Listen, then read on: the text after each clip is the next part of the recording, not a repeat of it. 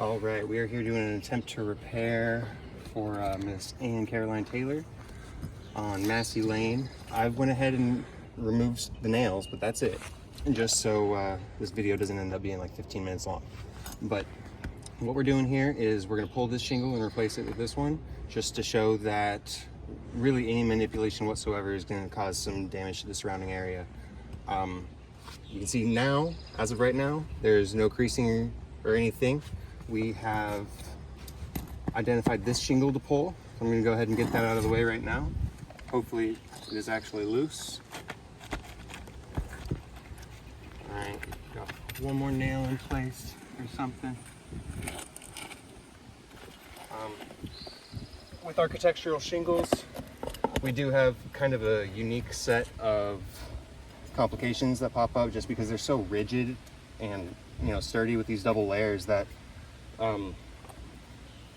even if you use a roof snake and lift them as gently as possible and all of that sort of thing, we kind of end up seeing some granule loss most of the time. So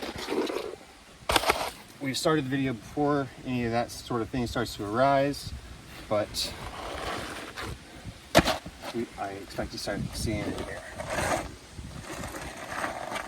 Man, what kind of shingle is this?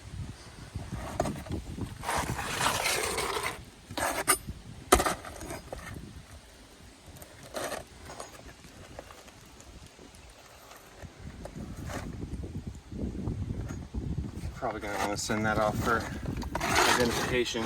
It's not the right size, but it's all right for our purposes. This is kind of just like serving as a tarp, so it's gonna be okay to tuck it for now.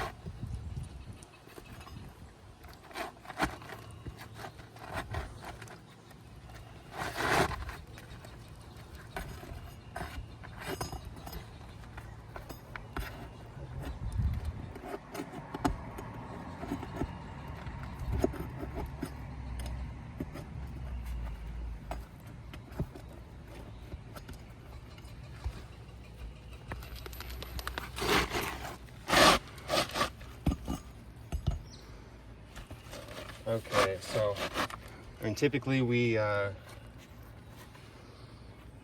see that there's a negligible size difference between Owens Corning shingle and whatever we're replacing.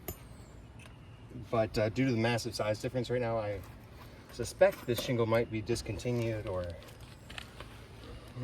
rare. I don't know. I'm removing just a couple nails over here just to get it in place.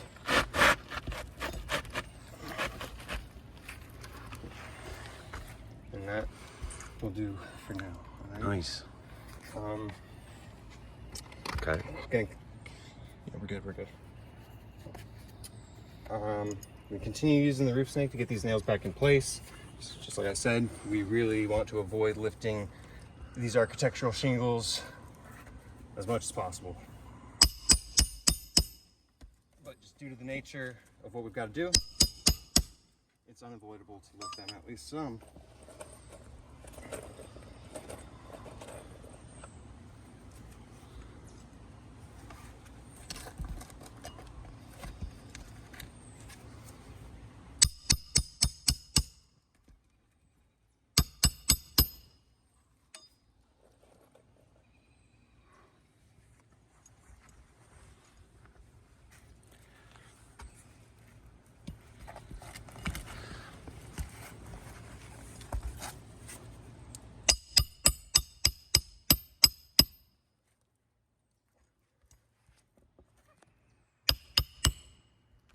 Not sure how old this roof is, but you see that these shingles are pretty brittle. I didn't notice that happening as I was peeling it up. It might have just came loose from vibrations just now. Not so sure, but it's indicative of the brittleness for sure.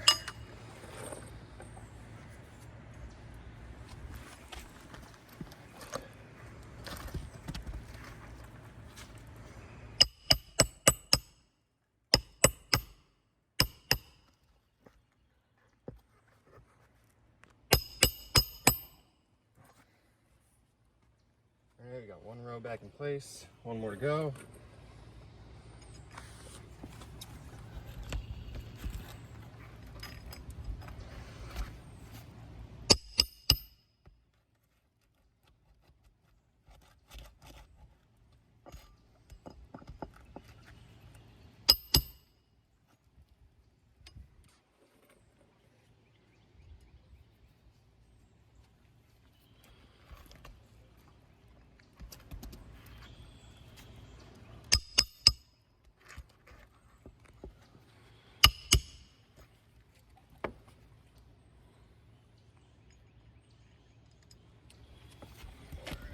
let this be our last nail, just for the purposes of getting to the conclusion of the video. All right, so we've got our shingle back in place. A couple things to consider. This shingle will never seal. The asphalt strip that is supposed to be right here is completely compromised due to having to pry up that shingle. This shingle will mount with an oak ridge, I suppose. Asphalt strip is completely gone from this one too, so we can expect that this will never seal back down and flap away in the wind. I'm going to do some light brushing across where a point of weakness would be created as we lift them up to pull those nails out. Nothing abrasive.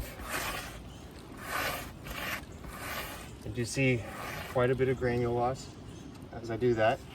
And you can zoom in here and see some of these creases starting to form. And like